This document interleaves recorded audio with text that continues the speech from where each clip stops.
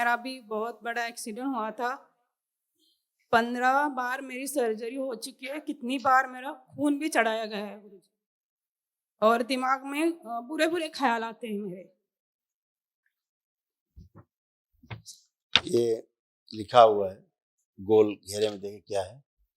बार बार ICU में ले जाने वाली स्मृतियां थी, हाँ, बार बार, अब वो नष्ट हो गई, इसलिए आपको सर्जरी कराने वाली स्मृतियां भी हाँ, नष्ट हुई। आपको सपने में जलते हुए लोग दिखते थे, हाँ, लगता था कोई जल रहा है, जल के मर रहा है, हाँ, हाँ, यही स्मृतियां थी। इसी तरह आपके यहाँ मृत्यु हुई, जल की मृत्यु हुई थी, हाँ। इसलिए पितर आपको जलते हुए दिखाई देते थे।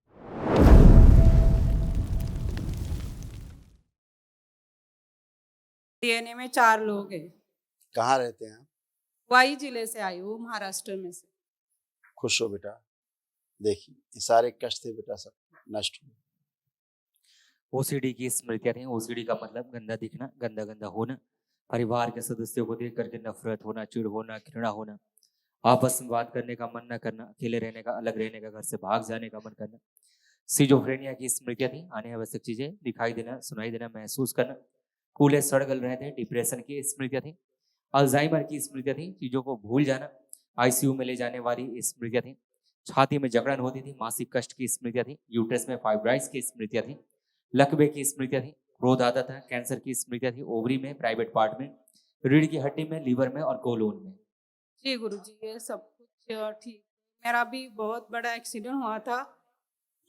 15 बार मेरी सर्जरी हो चुकी है, कितनी बार मेरा खून भी चढ़ाया गया है गुरुजी। और दिमाग में बुरे-बुरे ख़्याल आते हैं मेरे। ये लिखा हुआ है, गोल घेरे में देखिए क्या है। बार बार आईसीयू में ले जाने वाली स्मृतियां थी, हाँ, बार बार, अब वो नष्ट हो गई, इसलिए आपको सर्जरी कराने वाली स्मृतियां भी हाँ, नष्ट हुई।